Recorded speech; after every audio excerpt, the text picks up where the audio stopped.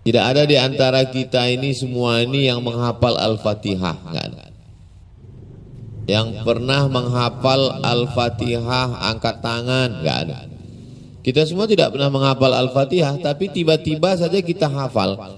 Mengapa? Karena kita dengar ayah ibu kita baca Al-Fatihah. Kemudian di masjid kita dengar mereka baca Al-Fatihah. Jadi sebenarnya Al-Fatihah itu tidak kita hafal, tapi karena sering kita dengar. Begitu juga dengan Qul huwallah, Qul rabbil falaq, Qul rabbin nas, ayat kursi, kemudian wadduha. Itu rata-rata hampir tidak kita hafal. Cobalah kita renung, kapan kita menghafal Qul huwallah? Enggak pernah. Tapi karena sering kita dengar. Karena informasi yang diterima otak kita itu pertama adalah titik-titik. Seperti satu titik di whiteboard, titik. Pertama sekali dengar titik. Dua kali dengar mulai dia jadi garis sambung. Tiga kali dengar mulai menjadi garis putus-putus yang mulai tersambung. Empat kali dengar menjadi garis tersambung tapi masih buram, abu-abu. Empat kali dengar mulai agak terang. Lima kali dengar mulai garis hitam. Begitulah dia diterima di kepala.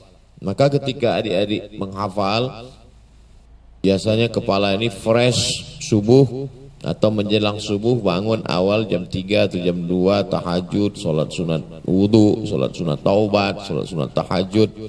Di waktu sholat itu diulang hafalan yang kemarin, lalu kemudian hafalan baru, apakah targetnya satu halaman atau satu lembar, lalu kemudian diulang-ulang dalam sholat qabliyah, sholat ba'diyah, sholat zuhur, sholat asar, sholat maghrib tidak bisa diulang karena kita mendengar bacaan imam, tapi sholat qabliyah ba'diyahnya dibaca, kemudian ditasmi, didengarkan ke orang. Beda antara kita baca sendiri dengan dibacakan kepada orang.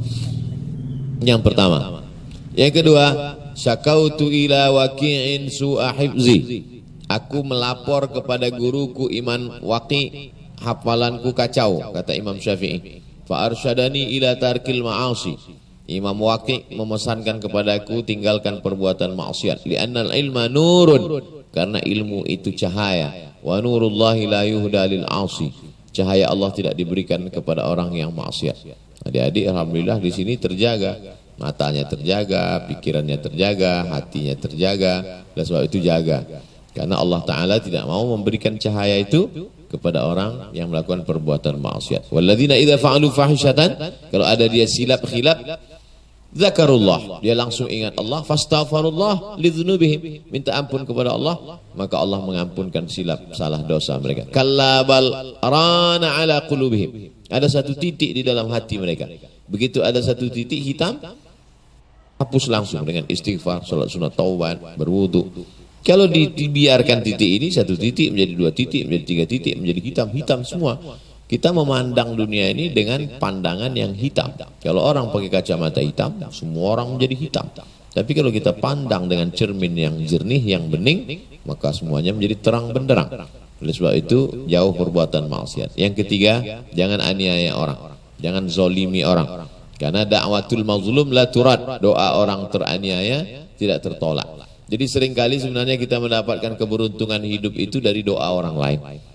Doa dari sahabat-sahabat musyawarah, doa dari Pak Nasrul, doa dari tokoh masyarakat. Kami datang ingin mendapatkan doa adik-adik, adik-adik juga mendapatkan doa dari hadirin hadirat. Maka hablum minallah, hablum minan nasnya menjadi baik.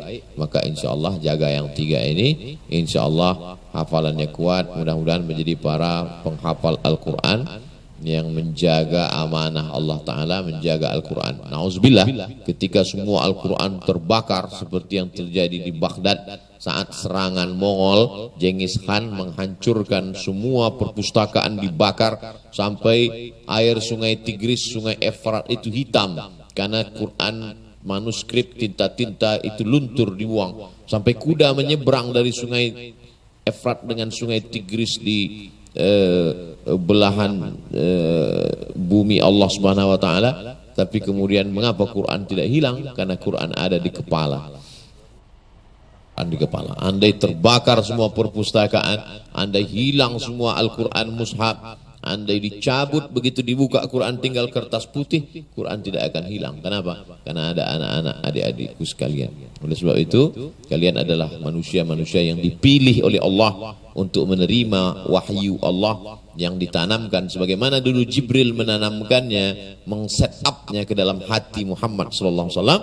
Nabi meninggal ada di dalam diri sahabat, sahabat meninggal pindah ke dalam tabi'in, tabi'in meninggal pindah ke dalam hati tabi'in, dan sekarang Quran itu bersemayam dalam hati kalian. Maka itu tentulah pilihan Allah. Jaga dia sampai hari kiamat, Quran akan tetap ada. Janji Allah. Dan Allah itu kalau sudah berjanji, innaka la tukhliful mi'ad. Yuhibbuhum wa yuhibbuna. Ketika Allah cinta kepada mereka, mereka membalas cinta Allah. Wa may yartadda minkum an dinihi. Siapa di antara kamu yang meninggalkan Al-Qur'an ini, meninggalkan agama Islam ini, meninggalkan agama ini, apakah padam Islam ini? Tidak. Fasawfa ya'tillahu biqaumin. Allah akan ganti dengan sekelompok orang. Bagaimana sifat mereka?